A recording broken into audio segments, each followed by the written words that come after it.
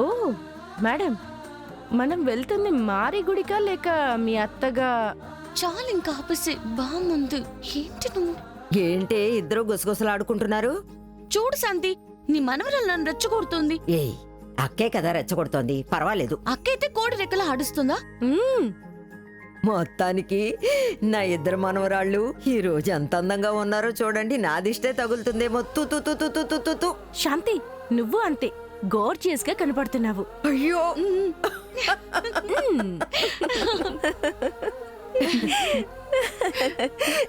మేకజడా, ఇదేంటే మనవరాళ్ల చేత దిష్టి తీయించుకుంటున్నావా? అత్తయ్య, గుడికి వెళ్తున్నావని మనవరాళ్ళ కంటే ఆవిడికే కళ్ళొచ్చినట్టుంది, అందుకే. Correct correct. నన్ను ఏడిపించటానికి నువ్వేదో ఒక కారణం వెతుకుతూనే ఉంటావు కదా. కన్నా సార్ రాలేదేంటి? నిధి, ఏదైనా మర్చిపోయావా? లేదు, అది అక్కడెవరో వచ్చినట్టు అనిపించింది, అందుకే చూస్తున్నాను. నీ కళ్ళు మా అన్నయ్య కోసం వెతుకుతున్నాయని నాకు తెలీదా? కర్ణ రాలేదా? లేదమ్మా, వాడికి పనులు చాలా ఎక్కువున్నాయి, అందుకే మేము ఒత్తిడి చెయ్యాలనుకోలేదు. పనులు ఎప్పుడు ఉండేవే కదమ్మా, వాటి మధ్య ఆయన కొంచెం చేంజ్ ఉంటే మంచిదే కదా. అన్నిటికన్నా ముఖ్యంగా నేను ఈ మొక్కు తీర్చుకుంటుందే ఆయన వల్ల కదా. ఆయన లేకపోతే ఎలా వెళ్తాం చెప్పు? నీ మాట నిజమే తల్లి. ఒక్క నిమిషం ఆగు. పాలకోవా, ముందు నీ మనవడికి ఫోన్ చేసి రమ్మని చెప్పు. అబ్బా, నా డార్లింగ్ కి ఫుల్ డిమాండ్.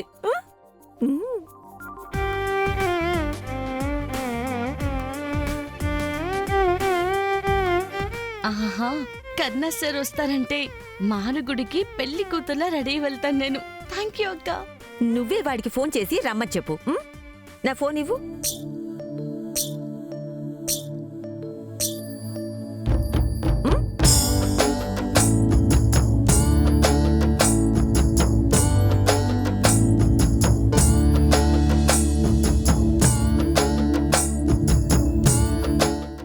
ఈ బంగారుకి ఐస్ క్రీమ్ తినాలనిపించినప్పుడు నాకు పనుందని గుర్తుండదు.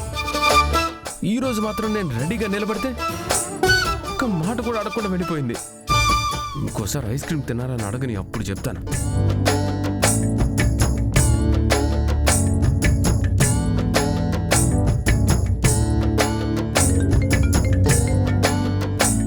హలో.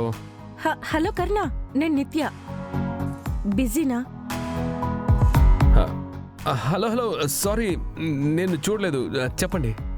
ఏం లేదు, మీరు ఫ్రీ అయితే మాతో మారి గుడికి రమ్మని చెప్పడానికి ఫోన్ చేశాను. సారీ, మీరు చాలా బిజీగా ఉన్నారనిపిస్తుంది. అయ్యో లేదు, పని ఉంది, మారిగుడి కదా, వచ్చేస్తాను. కాదని ఎలా అంటాను మీతో? సరే, మీరు రండి. అయ్యో మీరు చూడండి, ఇంత త్వరగా వచ్చావా అని మీరే అడుగుతారు నన్ను. అంత త్వరగా వచ్చేస్తా. సరే అయితే